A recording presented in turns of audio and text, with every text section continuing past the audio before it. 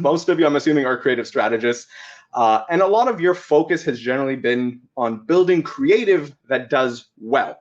It is to help the brands that you work with, obviously, and the main way that you do this is by focusing on things like ROAS.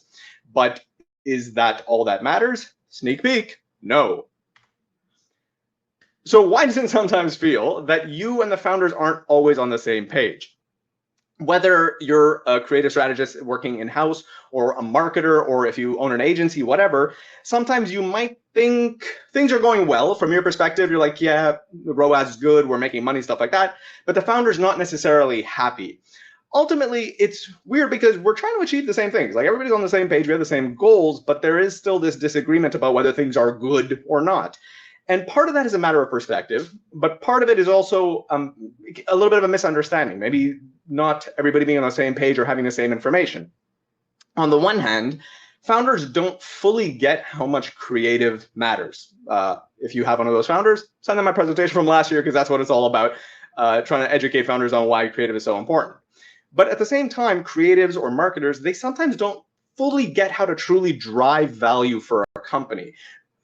Focusing on ROAS and revenue and stuff like that is good, but it's not necessarily what is truly driving value. So sometimes a founder might just want better. They want more results. They're not quite happy with how things are, but a lot of times they're not necessarily savvy enough to be able to kind of break it down and explain exactly what is necessary. That's actually the types of conversations I have with founders quite often, to be able to kind of explain to them what do they need to do to hit those goals or things that they want to achieve. So essentially, what the point of this presentation is to help you kind of bridge that gap, sort of like I've done with my career to an extent. If you eventually want to become a CMO, then you need to understand some of these important needle-moving concepts as well, because you're going to have the same goals as a founder does, but you'll also be in a position to actually influence things. So essentially, you'll have to combine or fuse, if you will, the disciplines of finance to know what actually matters to a business, and marketing to know how to get it. So what are we going to cover? What actually matters to the company, how ROAS is just a piece of the puzzle. We're going to talk about some core finance concepts that drive value. We're going to talk about the metrics that matter, and then how creative affects a brand's financial performance. So what do founders actually care about? Very generally, they either want a very big exit, or they just want to make a lot of money. So cash from their business to fund their lifestyle and their Lambos. Either way, that usually means growth. So how do we get there? The approach a business takes to growth will depend on the strategy. Sometimes it's going to be a little bit more aggressive because either they raise money from VCs, they want to capitalize on some transient trend. Sometimes they want to starve, or stave off competitors. They want to make sure they build a moat with their brand.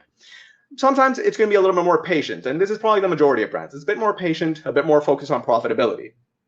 Understanding that strategy determines the approach we take with the growth and which metrics we prioritize. But like I said, founders don't necessarily know how to explain working towards those goals. They might say, like, yeah, I want to be able to exit someday, and that means I need a lot of growth, but they don't necessarily know how to tell you what you need to do. So what worldviews do we need to dispel to kind of get on the same page? Well, to begin, ROAS ain't cash flow. For almost any business, its value comes from its ability to generate cash.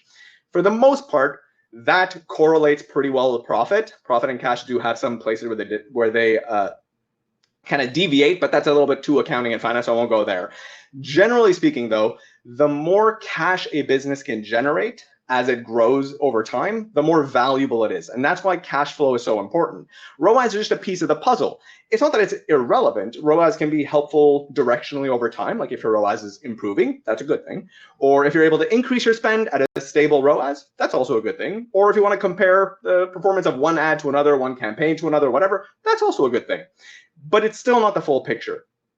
At the end of the day, cash is what matters. And even if you've raised money, like even if you have a lot of VC cash, you still have to manage how fast you're burning it, what your runway is, and what you're spending it on. So the cash picture can never be taken out, or you can never stop taking that into consideration. So just to break it down, how do we go about giving to founders what actually matters to them? Well, the business, they want to, in a nutshell, maximize profits by getting as big as possible, which usually means long-term revenue growth while managing cash flow along the way. And the marketer helps this by working within those cash flow constraints to get the best possible return on investment, which usually means the highest amount of incremental revenue for every dollar of ad spend deployed, such that if you move some money from here to there and your revenue goes up, that's probably a little bit more incremental, but while also balancing for the long term too. Because incrementality and growth exists as a short-term concept as well as a long-term concept. And I will get into that because I find it very interesting. But before we have too much fun, some finance concepts we should all be on the same page about. So firstly, gross profit and gross margin. What is your gross profit? Well, it is how much profit you're actually generating from the sale of your products. In essence, it is your gross revenue minus discounts gives you your net revenue. I mean, you can remove refunds and returns and stuff, but your net revenue less your cost of goods sold, so the cost of your product. That's your gross profit. Your gross margin is just your gross profit divided by your net revenue. So essentially your gross profit expressed as a percentage. They're both relevant because your gross margin tells you how profitable you are in overall terms when you're comparing over time, but the gross profit dollars is what actually pays for things. So a little bit easier as usual with an example. So if we go over here, hopefully you're able to see my mouse. Okay, cool. In month one over here, just in case you can't follow my mouse, let's say your gross sales are $100,000. You have discounts of 10K, you have net sales of 90K. If your cost the cost of your product, let's just say, is 30% of your gross sales. So, a thing costs $100, it costs you $30 per unit. So if your COGS is 30, 90 minus 30 gives you 60,000 of gross profit, and that 60 divided by 90 is 67% of gross margin. Let's say in month two, you decide to scale a little bit, and you do that through a bunch of discounting. So you scale up, you're getting a little aggressive. So your gross sales go from 100 to 140. That's a 40% increase. You sold 40% more units. Great. You did a fairly aggressive bit of discounting, but it's only 30K, so not too crazy.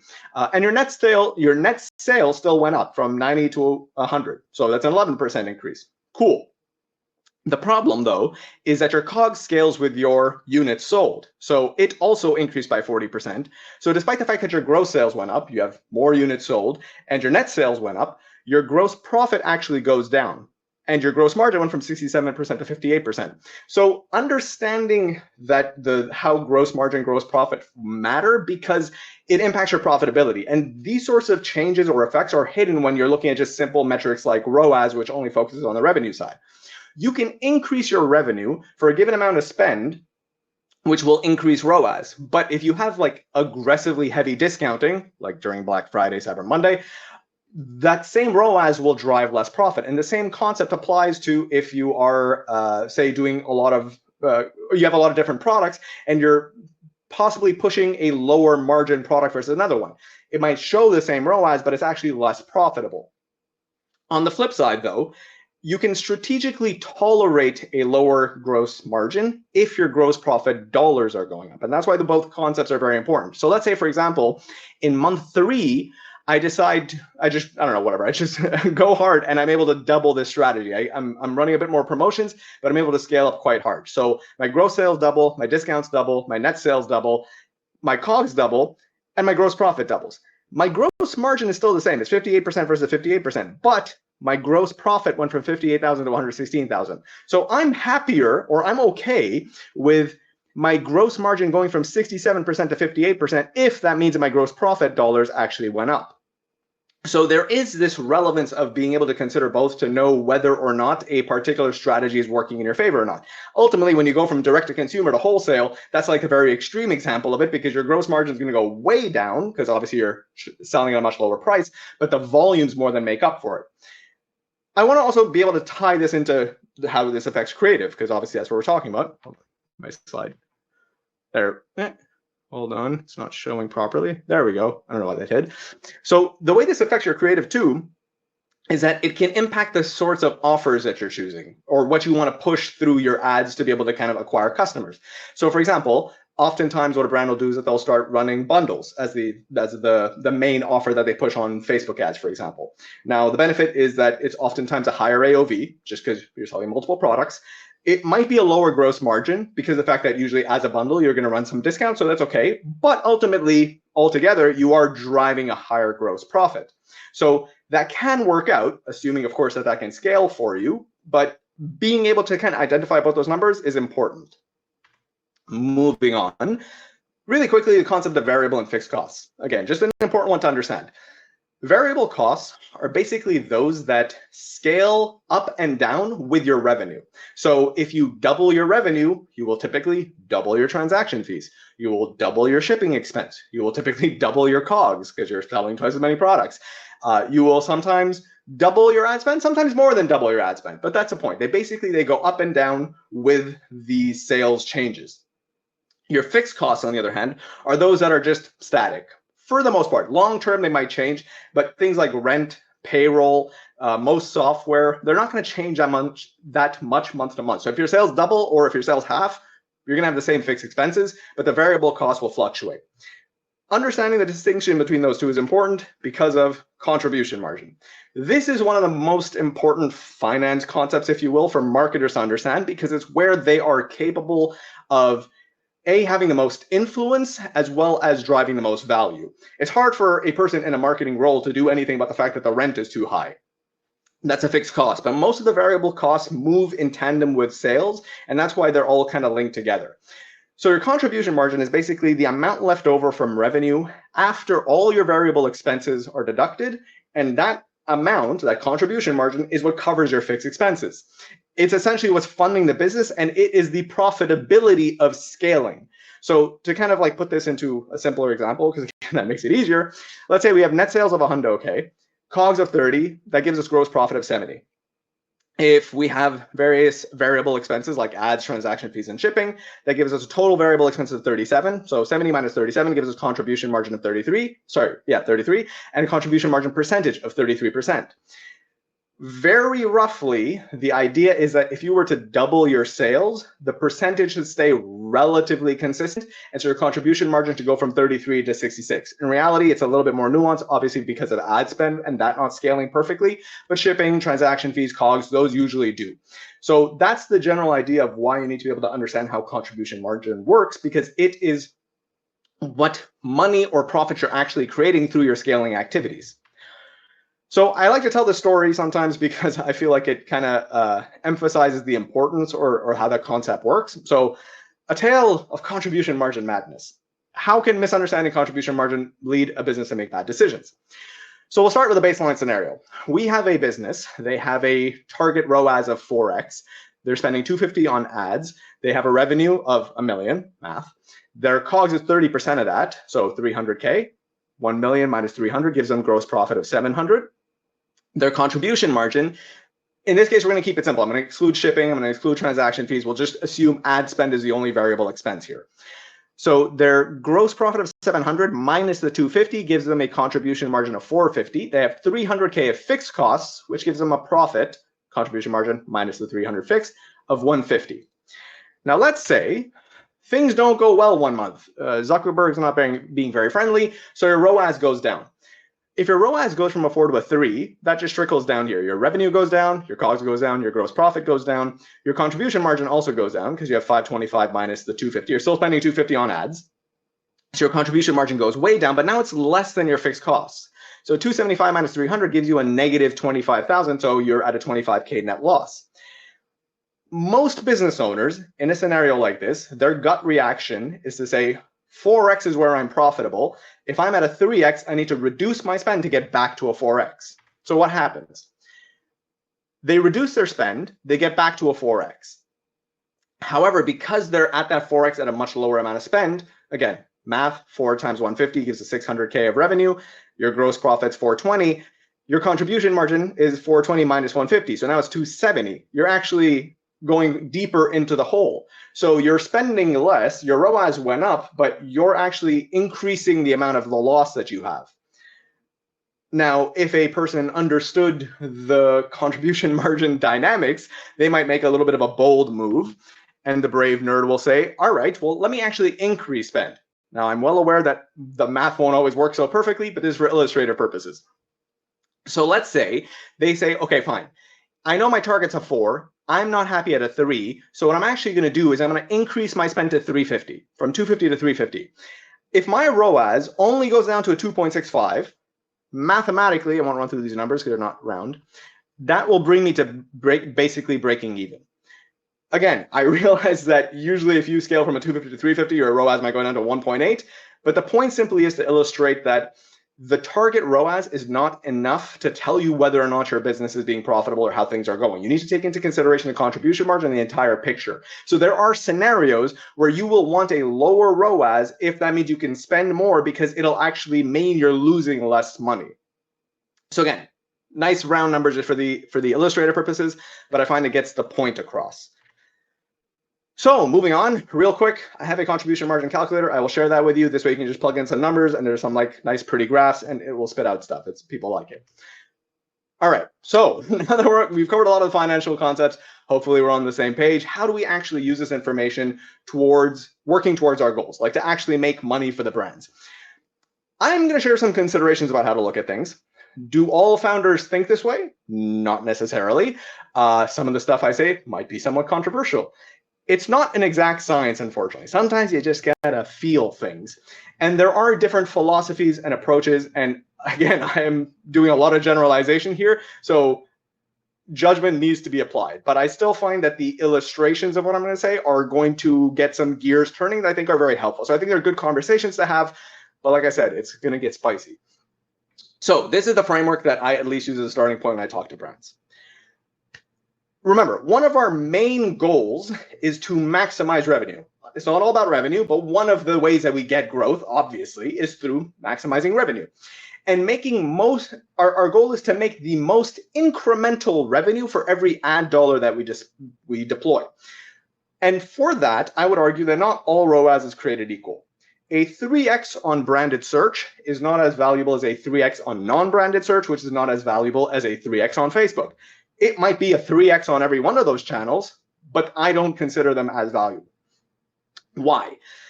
Consider branded search as an example. I like branded search just because it's the most extreme example of this, so it's good for the illustrative purposes. For some brands, for many brands in fact, branded search is basically at the extreme of almost entirely just cannibalizing organic search. You're basically paying the Google tax. A person's searching your brand, they're gonna just click on the ad because it's at the top, and most regular people are not thoughtful like most of us where we intentionally don't click on ads. They'll just click on the ad. If that ad wasn't there, they were just gonna click on the organic result after. Even if a competitor was running an ad, yes, some 1% of the people might be like, oh, let me buy the competitor instead. But most people don't do that. They're just gonna scroll past and then click on the organic search result.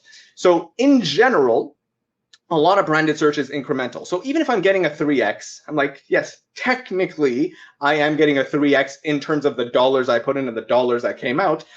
But is that incremental revenue? Arguably, it's one of the least incremental. There are certain circumstances, though, where branded search can be incremental. One of the brands I work with, for example, they do a lot of advertising in a lot of places. They're also quite prevalent in wholesale. But their issue is that even though they do a lot of marketing, a lot of other retailers sell their products. Actually, a lot of pet brands have this problem because you have things like Chewy and PetSmart that will sell their same products. So in a case like that, even if you are running marketing everywhere, a person will become familiar with your brand. They'll go into Google, they'll type in the brand, your brand name, and if you don't show up, they might just go buy from Chewy, buy from PetSmart, from wherever, because whatever. I mean, from their perspective, they don't really care. And oftentimes there's other stuff that they can buy from those. They have better loyalty programs and stuff like that. So there is an argument to say, and I'm going to ignore for a moment the fact that, like, yes, technically you do pick up some of that margin through wholesale. But for the purposes of this discussion, there is an argument to say that, well, if I were to have run a branded ad there, a branded search ad, I would have picked up revenue. And by not running that, I'm actually losing revenue. So in that case, that revenue is incremental from the perspective of, if I could run parallel experiments or parallel universes, running the ads there will drive dollars of revenue that I wouldn't have otherwise gotten. However, the problem is that even if you were to hoover up or Dyson up all of that revenue, all of that branded search that you would have otherwise lost, you pick it all up, great. The thing is, you're not actually doing anything to build your brand. You're not. Even if you got all of that revenue, all of that click volume, is your branded search going to increase over time because you deployed that money? Not really. I mean, you're just advertising to people who are already looking for you. So even at best, even if it is incremental branded search, it's still not brand building. So I would say then, okay, non-branded search is a little bit better. Why? Because at the very least, again, most branded search is cannibalization and non-incremental, but branded search, non-branded search rather, is at least a little bit more incremental. It's a person who's searching for, I don't know, hats. And so you show your hat ad and they're like, oh, wow, that's a cool hat. And they go and buy from you. That is a person that most likely did not know your brand and most likely would not have become a customer. So you could at the very least say like, okay, yeah, that was incremental. That is a new little bucket of revenue that I wouldn't have otherwise gotten. So, okay, I'm happy about that. But if non-branded search is so incremental, why would I say then that I would still rather take a 3x on Facebook? Why is Facebook to me super incremental, if you will? Well, it's because assuming you run it effectively, and this is where we can have like conversations about media buying approaches, but if you run it effectively, you use exclusions, you're not running a too high a frequency, you don't abuse view through attribution, oftentimes it is going to expose your brand to new people. If a person's, even if they're not searching for you, even if they're not searching for a product similar to what you sell, and they still convert, you get the value of that conversion as well as all the impact that it has otherwise. It's a much more valuable conversion. Why? Because of the halo effect. So I like to just explain this using an example of Amazon specifically, just because I think it's easier to kind of conceptualize. Let's say on one extreme, we have a user who goes to Amazon. They search, again, something like nondescript, like water bottle. They go there, they're going to do one of three things. They're either going to buy your product if they see your ad, they're going to buy a competitor, or they're going to buy nothing. The person who buys nothing, are they then going to go to your website and buy later? Most likely not. Are they going to go into a store and see your product and be like, oh, I saw this on Amazon, let me go buy it? Yeah, in theory, it's possible, but generally, no. Amazon people go there to transact. It's one of the most convenient places to transact. So if they went there, and I'm sure Amazon's conversion rate isn't 100%, but I'm sure it's pretty damn high. So if people go there, they're probably transacting. If they don't transact with you, they're transacting with someone else. You made an impression, but it wasn't good enough. That customer is probably gone. But on Facebook, you're bringing attention to your brand from tons of people who aren't buying.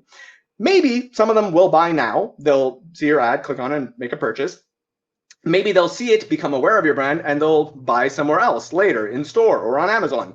If you're a brand that's ever run Facebook ads at the same time as running on Amazon, you've undoubtedly seen that effect. And when you crank your ad spend on Facebook, your ad sales go up on Amazon as well, or just total sales on Amazon goes up. So the value that you get from Facebook is much greater than what you're just measuring through your ROAS. If you can get a 3x on Facebook and you're getting a 3x on non-branded search, good. The 3x on Facebook is awesome. That's the people who actually converted. All that extra halo effect or all that extra brand value that you're building, that's all just gravy. In most cases, the Facebook ROAS is going to be higher than whatever it indicates. And of course, again, there's a little bit of nuance to this because of attribution and how you're actually running your campaigns. But it does generally have a much more impactful impact, given the fact that it's able to touch a lot of people and make a lot of impressions. This also is something that you should be thinking about when you're thinking about it from the perspective of creative, because you can look at things as bottom of funnel creative and top of funnel creative. So the same concept applies. If you're running a lot of testimonial ads, that might be great from the perspective that, oh, you're just pushing a lot of social proof onto a person who's like, I don't know, solution aware, they're lower in the funnel, they're about to convert, and then you just hit them with the social proof, and they're like, okay, fine, I'll buy. That ad might have a great ROAS, but the problem is that doesn't necessarily mean that that ad is capable of bringing more people into the top of the funnel. So the ad that might be more capable of doing that might have a lower ROAS, but being able to understand what the value of each ad is similar to understanding the value of each channel. So, does that mean you should spend it all on Facebook? Now, I'm not saying you should do this, but I am going to say it just to illustrate a point. There is an argument that Facebook is the most capable channel for reaching consumers that are the most interested in your product. And I say Facebook, but obviously I mean like anything really social media. So Facebook, Instagram, TikTok, YouTube, whatever. But Facebook and Instagram, they typically tend to be the best. So assuming we believe that, then it is generally going to be one of the best ways for most brands to grow, such that even if the ROAS is lower than Google, it might still be more worth it to put your spend there. Because you need to be able to balance between your highest confidence ROAS and your highest actual ROAS. So what do I mean by that? let's say we're running non-branded search on Google. You're selling, I don't know, speakers. So you're running ads on people who are searching for the keyword speakers. Google's going to show you a 3x, and generally speaking, we'd be pretty confident of that. Their tracking technology is pretty good. It's also fairly straightforward. A person clicks, they go, they buy. Okay, reasonably easy to believe that that's actually what happened. That if it said it was a 3x, it's actually a 3x. So cool. I can believe that. That is a somewhat high confidence ROAS. Now, Facebook might show me a 2x. It might be relatively high confident that about 2x of the people converted within the 7-day click, possibly 1-day view window, but I know that the true value of it is actually much higher than that. So I might not be able to measure what that true value is. I might not be able to be confident in that, but that's fine, because there is this sort of line where I'm willing to sacrifice the confidence in the number for the fact that I believe it has a much higher impact. And again, because these are kind of wishy-washy things, it is conceptually, I think, valuable, but hard to execute with in practice, because it does require quite a bit of knowledge, experience, and judgment.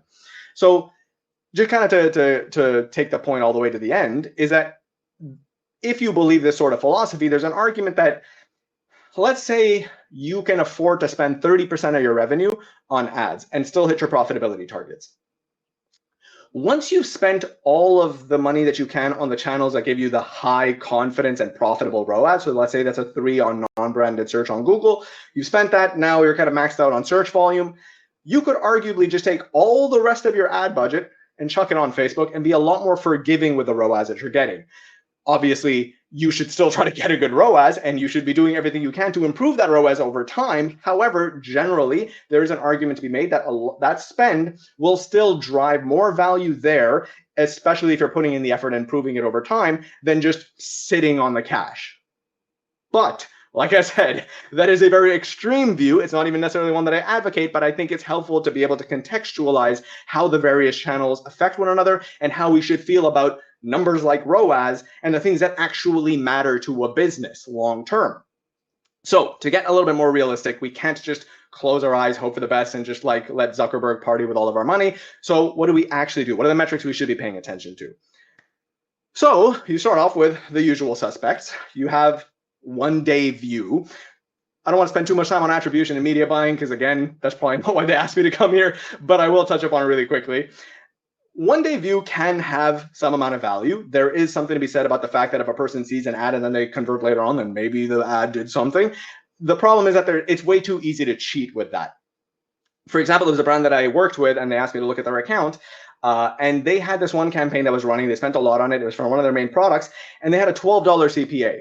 Amazing. Doing really well. That works well for their economics. A $12 CPA, except they had an $11 CPC. So either they had a 90% conversion rate, or realistically, a shit ton of that was coming through view through. And when you actually kind of look at the attribution windows, yeah, 95% of the revenue is coming from view through. Now, is it possible that those view through conversions were actually incremental? That it was actually driving value? Maybe, except I know that that person or that brand does a lot of organic work. They do a lot of things on other channels. So it's very easy for Facebook to cheat and be able to just kind of scoop up all that revenue and say, that was me. In reality, a lot of times it's not the case. So some brands, it makes sense to have view through. A lot of times it doesn't. But again, that's something to be cognizant of when evaluating the impact or when evaluating the metrics that you're looking at.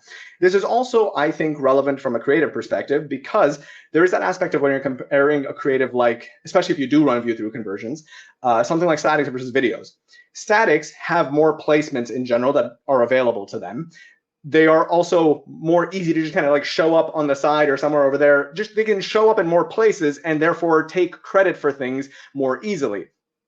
So a lot of times it's not uncommon for you to come and see that in your ad account, a static image, if you have view through enabled, is going to get a lot of credit despite having a very high CPC. And so that's where that judgment can still kind of come into play. Like, is it really driving value, or is it just kind of taking credit? That's why for most accounts, again, I believe, and a lot of media buyers I know do believe this, they try to focus mostly on click-through. It's not always possible, but click-through is just at the very least going to be, you're making Facebook work a little bit harder for it, and it is something to be a little bit more confident. Because if a person clicks on an ad and then goes and converts within 7 days or 1 day, whatever window you're using, I can be a little bit more confident that the ad had something to do with it. And so I can be a little bit more confident in the incremental nature of that reported ROAS. So generally, that's going to be a little bit more impactful. There is something to be said about the difference between like in-platform ROAS versus something that you'll see in third-party tools like a Northbeam or Triple Whale. I think they're both helpful at the end of the day. The third-party tools oftentimes will lack some amount of visibility that the platforms themselves have because they have all the true data. And at the same time, they can compensate for some of the double counting. So if a person clicks on a Facebook ad, then goes and Google searches something and then clicks on that, each platform tries to take its credit. The third-party tools will try to clear that up. There's value to both. Typically, when I work with brands, I look at both to be able to kind of make decisions. However, there are even better metrics than in-platform ROAS. So one of the common ones is going to be your MER or blended ROAS. A lot of brands will just pick an MER target and kind of go from there. Now, what's nice about MER is that it doesn't suffer from the attribution issues like the previous ones. The problem, though, is that despite the name, media efficiency ratio doesn't actually tell you about efficiency. What it really tells you is how much can you afford to spend. So mathematically, if you can spend 20%, it'll tell you whether you're spending up to or around that 20%, but it doesn't actually tell you if anything's working. So as an example, let's say we have this brand, again, I'm oversimplifying because it's easier for illustration. They have baseline revenue of 100K just because of their organic efforts. Every month it's 100K revenue and not spending anything on ads. Then they decide to scale up some ads. They spend $10,000 and the revenue goes up to 5K. Now, in this extremely neat, unrealistic scenario, we can say that, hey, they got $5,000 of incremental revenue for that $10,000 to spend. So is the spend really effective? Barely, I guess. It's a 0.5 incremental ROAS, if you will. But their blended ROAS looks great. 10.5 is fantastic. So it doesn't tell you if it's being efficient, but it can just kind of contextualize things from an affordability perspective. Even then, it's not a useless metric. It can still be informative. For example, if revenue is growing over time and your MER is running relatively stable, that can be assumed to some degree that the ads are doing that. But I find that there's even better metrics. For example, new customer ROAS. Now, new customer ROAS has the same problem in that it doesn't tell you anything about efficiency. Same issue as I described before. You can just deploy ad spend and get new customers, so you don't know if it's working. But at the very least, it compensates for things like returning customer revenue. It focuses on what actually matters, where most ad spend is supposed to drive acquisition. So what I mean by that is, I guess I'll just explain it with a chart. If you have a scenario where, for example, every month you are accumulating customers and some percentage of them are retaining, your returning customer revenue will hopefully grow over time. You can, though, have an NC ROAS or new customer ROAS that's declining over time. So you're actually getting worse at acquisition, but your MER is going to hide that. It's going to stay the same because it's being subsidized by the returning customers who don't require any ad spend to exist or to transact, hopefully. So NC ROAS is good. It's better. It's a very useful metric I like to look at, but it doesn't still tell you much about efficiency. An even better metric, arguably, is new customer contribution margin. Now, this tells you about the profitability of the customers that you're bringing in. It tells you whether or not your acquisition efforts, because we're still focusing on new customer, are actually bringing in people that are going to make you money. So if we look at the way to calculate it, again, very simple. If we take all of our variable expenses as a percentage of our total revenue, so 30% is COGS, shipping is 5%, transaction fees is 2%, our total variable expense will be 37%. So now how do I calculate my new customer contribution margin? It is hopefully a not too confusing mathematical formula. It's mostly straightforward. New customer revenue times 1 minus your variable expenses minus your ad spend. That'll tell you how much contribution margin you generated from your acquisition efforts. And if you're good at algebra, you can also use the same thing basically to determine your break-even new customer ROAS, which is just 1 divided by 1 minus variable expenses.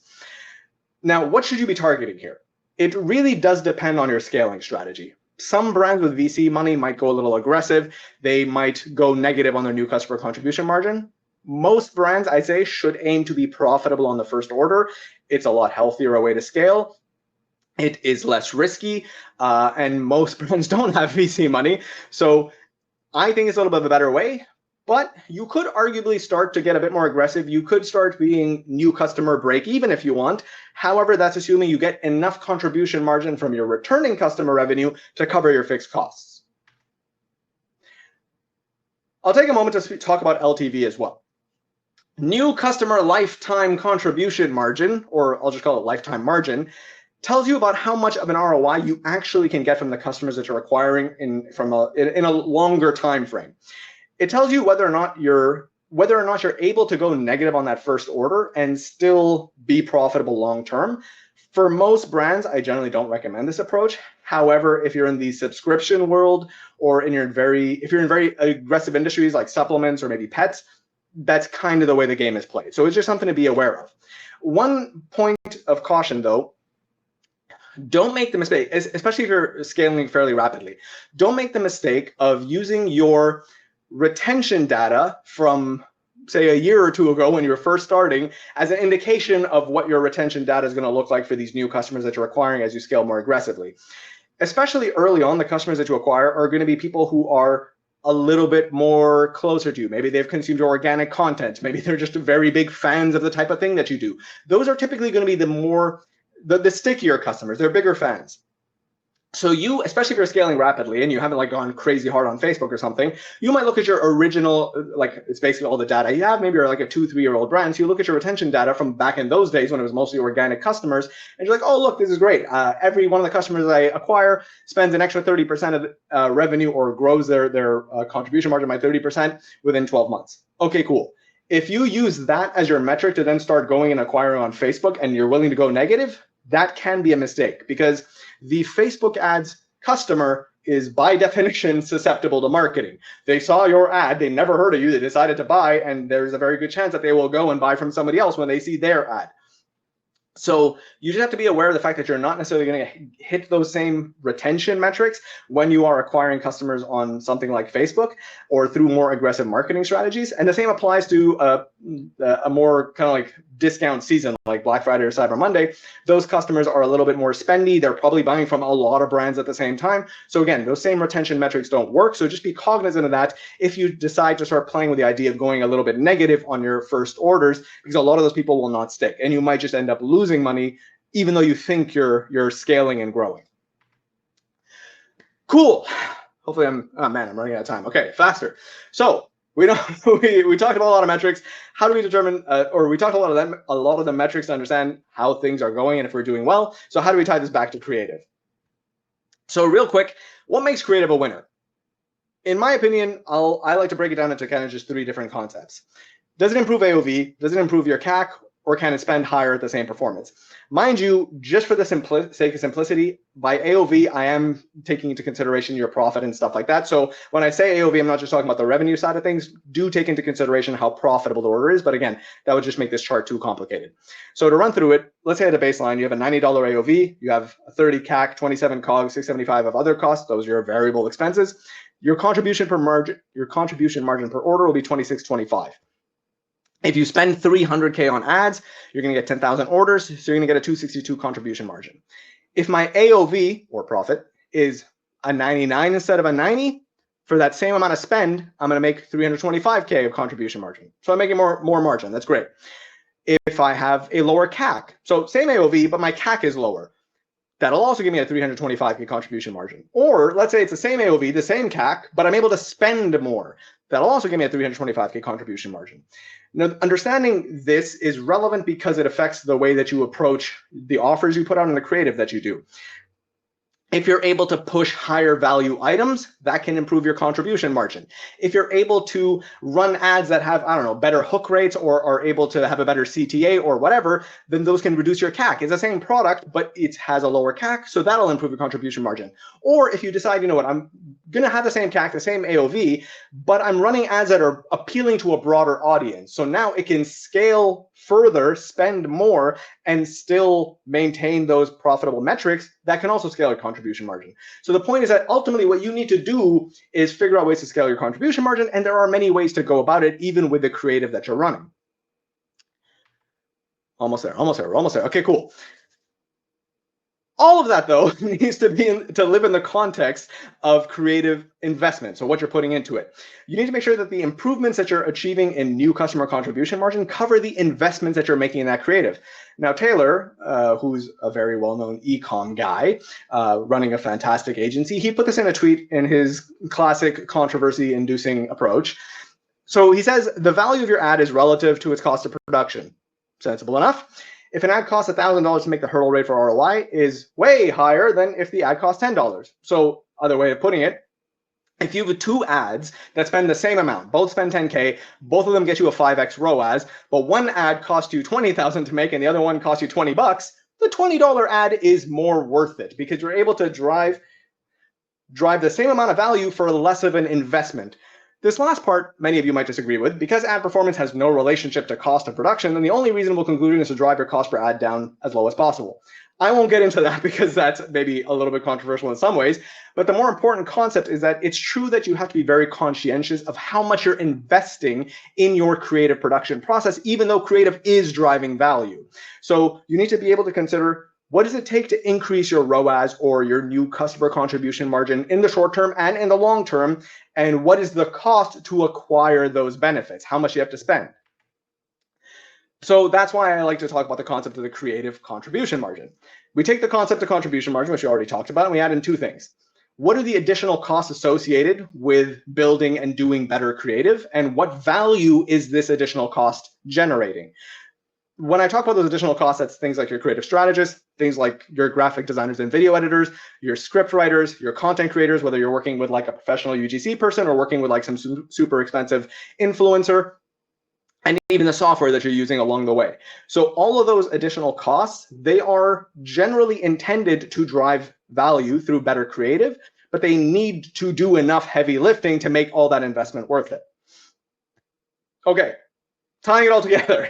So just to summarize, founders want long-term growth that's profitable and fits their cash situation. There are many metrics that you can look at to determine how effective these various growth strategies are. Use them all. When I look at them, I don't look at just NC ROAS or just NC CM.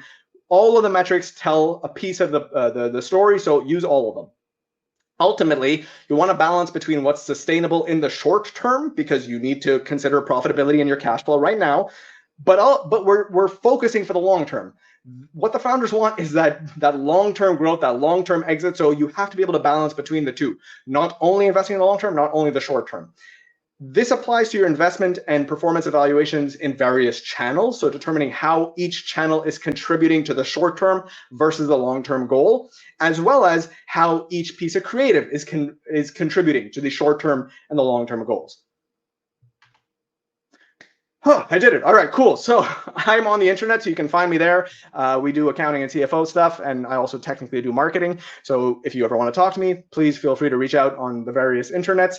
If you want to help me out, figure out, let me know how I can do more of these presentation things. I enjoy doing them, even though I'm like really sweaty right now.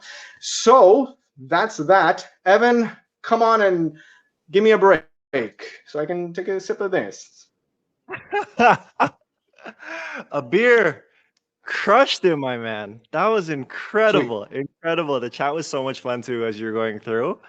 Everybody in the chat, we got to show some love after that one. I will say, you've laid the foundation here for everything that matters. Like everyone just got a masterclass that they have to go watch back and say like, okay, like how do we start breaking down and really understanding this?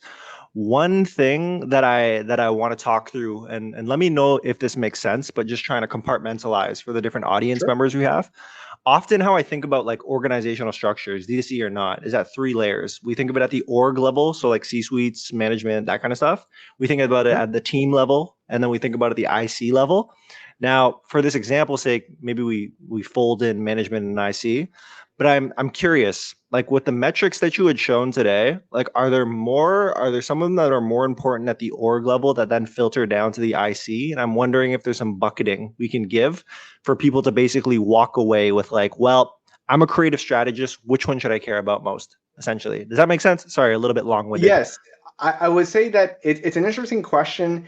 In theory, we should, if you're designing good management plans, good KPIs, and you have good, like, I don't know, compensation incentives and stuff like that, in theory, all of that should be designed such that everybody's goals are aligned. So the only time where I would say that the metrics that people should focus on would not be the same is where people should be focused on the metrics that they can influence. So I would not ask my creative strategist to be penalized because rent shot up and profit went down. That's not within their sphere of influence.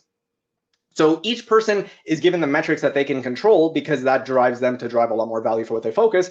But that whole design of who should focus on what, technically we should all have the same overall goals, which is that of the founders, the investors, whatever, long-term growth and profitability, generally. Amazing, amazing. I guess like one of the questions that I'm backing into here, and like this is where it gets interesting. So Jeff had asked the question, like, what's the main metrics that you're really looking for growth? And I think like the way that I interpreted this one is just depending on where Jeff sits in the org, like within your circle of influence, it's like, is that individual media buyer focused like CPA specific, and that's really what they're shooting for because they contribute to the overall MER goal and the overall growth there. So it's like in the sphere of some of the metrics you had talked about, like that creative strategy formula, should creative strategists care more about that, like in their day-to-days, I guess is the question? They should be aware of it insofar as the fact that a lot of founders aren't necessarily aware of it. So yes, if you have a founder who's very savvy and who can be able to kind of take each piece of it, slice it up accurately, give everybody their own targets, then that person, that can work. The problem is what would happen, and this I think happens to agencies a lot as well. They'll come to a brand like, what's your target ROAS? And the founder's like, I don't know, like a 5. and then they just kind of run with that. And I've had these conversations with agencies too, because I talk to a lot of agencies, and it creates a lot of friction. They can be given a piece of the puzzle, assuming that like the person who's giving it out or cutting up the pie knows what they're doing.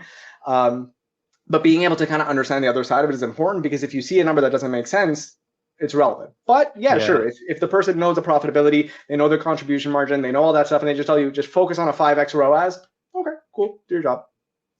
I guess another way we can reword it is like that individual contributor, like now that you have the vocabulary to know which metrics you're impacting, you can ask smart questions.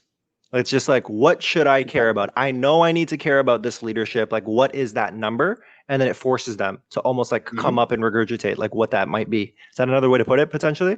Yeah, absolutely. Yeah. Fantastic. Fantastic. And I guess like a springboarding question off of that is like a lot of people here are getting introduced to this stuff for the first time and feeling quite inspired.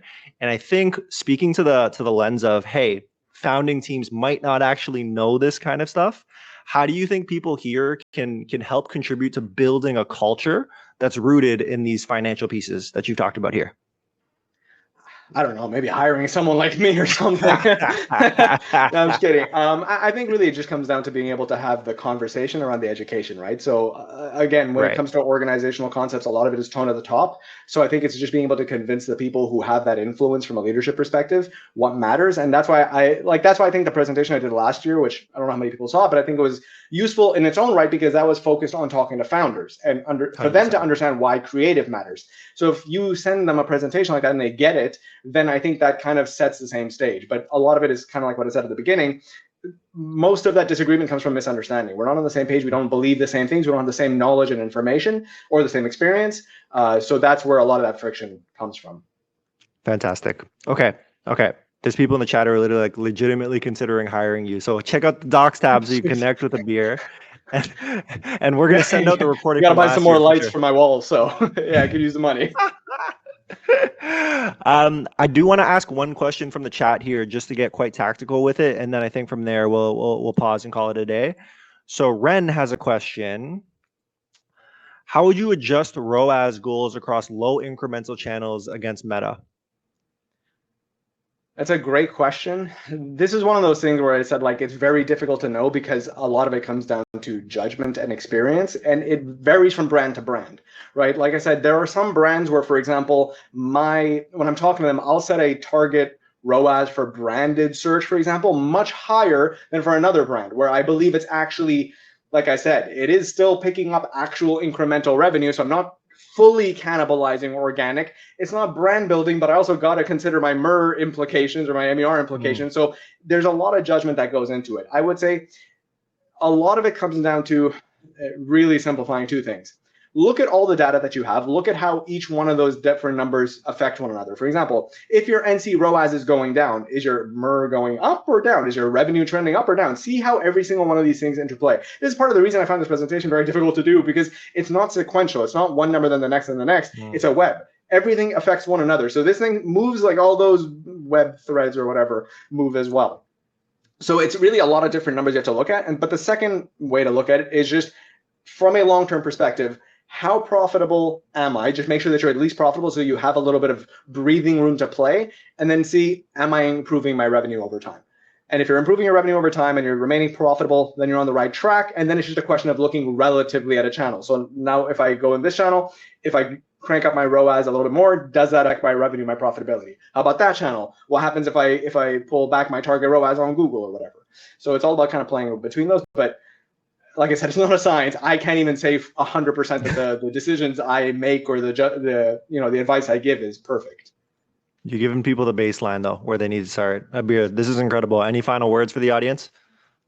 Shit, I didn't prepare any. Thank you very much for coming out, I guess.